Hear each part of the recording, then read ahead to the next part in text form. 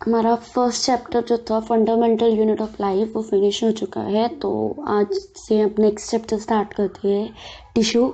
ठीक है। अब अभी तक आपने अपने जूनियर क्लासेस में इतना सुना होगा, ये याद भी होगा आपको कि सेल कैसे ऑर्गेनिज्म को ऑर्गेनाइज करता है। पहले सेल होता है, सेल से आपका क्या बनता है, टिश्यू। टिश्यू आपका क्या बनाएगा, ऑर्गन। ऑर्गन से आपके क्या बनेंगे, organ system. And at the end organism बनता है। ठीक है। तो ये एक पूरी चेन है कि किस तरीके से ऑर्गेनिज्म बन रहा है। तो टिश्यू जो है आपकी ऑर्गेनिज्म की सेकेंड स्टेज में आते हैं। ठीक है।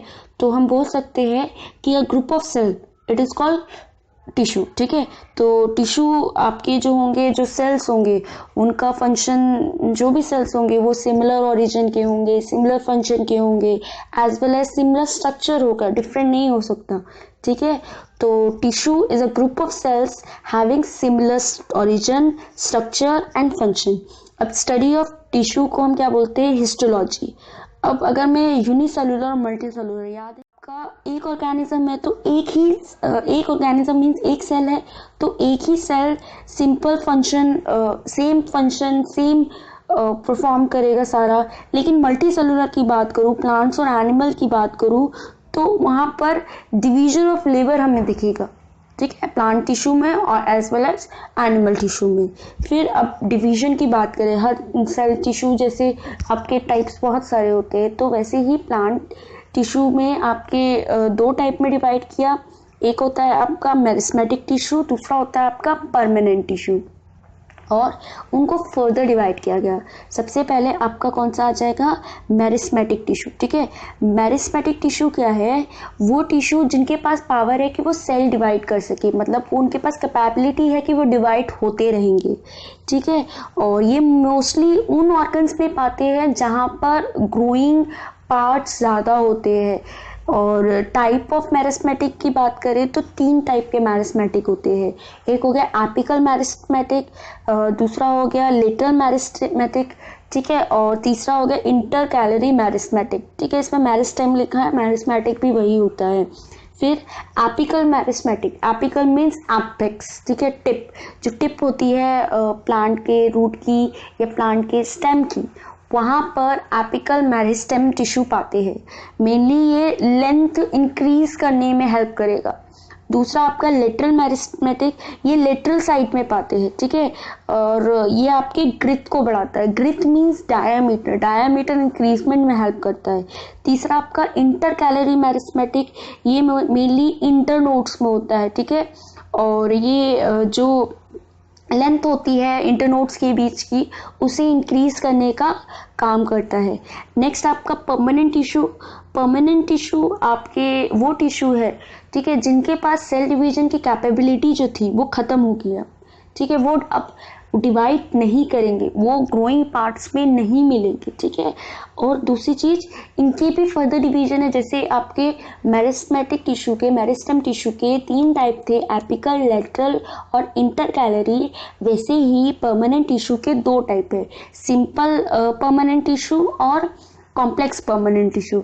आज हम केवल सिंपल परमानेंट टिश्यू ही डिस्कस करेंगे, कॉम्प्लेक्स हम फर्दर बाद में करेंगे।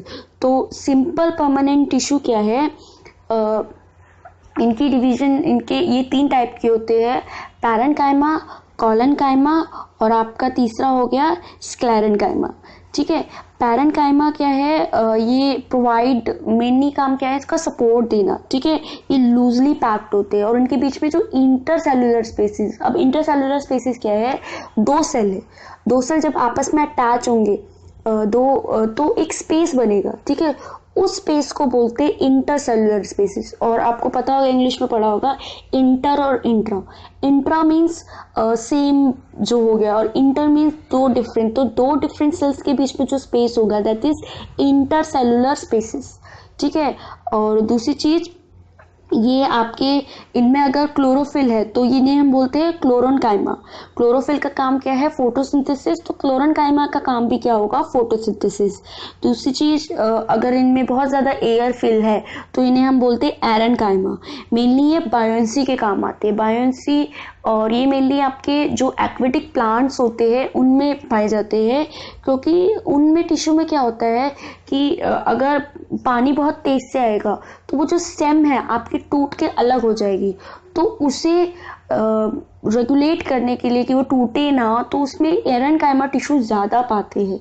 और इस पे लिखा हुआ कि जो आपके पेरेन्काइमा है वो स्टोर करते हैं फूड को और वाटर को। नेक्स्ट आपका हो गया कॉलनकाइमा।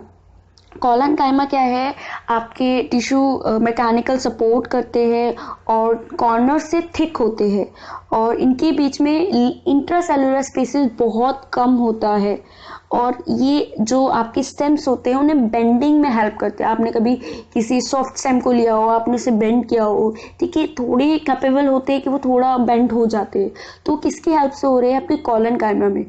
मगर मैं ये नहीं बोल रही कि पूरा बेंड हो रहे हो और टूटे ना, ऐसी स्टेम बहुत कम होती है, ठीक है।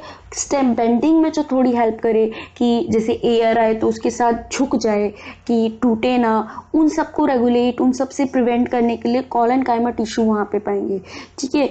नेक्स्ट है आपका स्क्लेरेनकाइमा। स्क्लेरेनकाइमा हार्ड होते हैं और स्टिफ होते हैं, ठीक है, और ये थिकेंड होते हैं ड्यू टू लिग्निन, और इनके बीच में कोई भी इंटरसेलुलर स्पेसिस नहीं होता। दूसरी चीज़, ये डेड टिश्यू है। आपके जो पेरेन्काइमा था वो लिविंग है, लेकिन स्क्लेरेनकाइमा आपका डेड टिश्यू है। मेरिस्टेम टिश्यू वो भी आपका लिविंग है, ठीक है। और फिर ये मेनली आपका जो हस्क होता है, हस्क मीन्स कभी नारियल छील लेते हैं तो उसके बाहर जो ब्राउन कलर की हम लेयर निकालते हैं, that is husk of coconut. तो उनमें जो टिश्यू मिलते हैं वो आपके कौन से होते हैं, स्क्लेरेनकाइमा। नेक्स्ट आपका इसमें